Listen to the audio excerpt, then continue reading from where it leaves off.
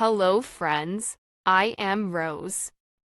Welcome to Story with Blue Lady, where we bring you stories full of wonder and excitement. Let's get started. Today's story is The Diamond Ring. In a quiet village nestled among rolling hills, there lived a wise and wealthy old man. He had worked hard his entire life, and now, in his old age, he possessed a fortune of gold, silver, and precious jewels. Among his most treasured possessions was a diamond ring, which sparkled like a tiny star, its value not just in its worth, but in the meaning it held for him. The old man had 3 sons, each strong and capable, but he often wondered which of them possessed the most noble heart. One day, feeling the weight of time on his shoulders, he called his sons together. The 3 young men gathered in their father's grand home, curious about what their father had to say. Sitting in his chair by the hearth, the old man took out a small box and opened it, revealing the dazzling diamond ring.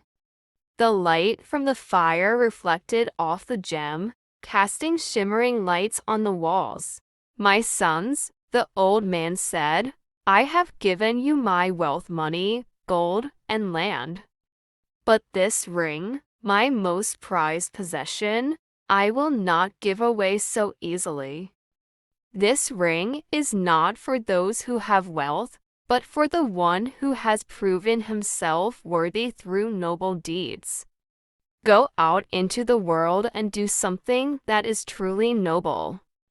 When you return, tell me about what you have done, and I will give this ring to the one whose deed I believe is the noblest." The sons nodded in understanding. They knew their father valued honor and virtue above all else. Without hesitation, they set out in different directions, each determined to prove his worth and claim the ring. Months passed, and the sons traveled far and wide. They faced challenges, encountered people in need, and took on burdens they never expected. Finally, the time came for them to return to their father and share their stories. The first son was the first to arrive. He was a proud and ambitious young man who had always been determined to make a name for himself. As he stood before his father, he spoke confidently. "Father," he began, "I have done a deed that no one else could have done. A wealthy merchant entrusted me with all of his money before setting off on a long journey. He traveled across many lands, trusting that his fortune was safe in my hands. When he returned, he asked for his money, and, without hesitation, I returned every last coin to him. I could have kept it all for myself, but I did not. I honored my promise." The old man nodded thoughtfully. "You have indeed done a great and honorable thing, my son. Honesty is a rare virtue." Soon after, the second son arrived. His clothes were torn, and he looked exhausted, but his eyes shone with pride. "Father," he said, "I too have done a noble deed.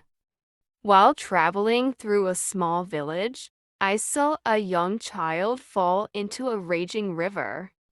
The water was fast, and the current was strong. The villagers stood by helpless, afraid to jump in. But I did not hesitate. I leapt into the river, fought against the current. I grabbed the child and pulled him to safety. I saved his life, and the villagers hailed me as a hero." The old man smiled warmly. "You are brave, my son. Risking your life for another is a true act of courage. Finally, the third son arrived. He walked in quietly, without the air of pride or accomplishment that his brothers had shown. He sat beside his father and spoke softly. "Father, I have no grand tale of riches or heroic rescues, but I believe I have done something noble. While I was traveling through the mountains, I came across my enemy, the man who had wronged me many times in the past. He was asleep at the edge of a steep cliff. One wrong move in his sleep, and he would have fallen to his death. I could have left him there, and no one would have known.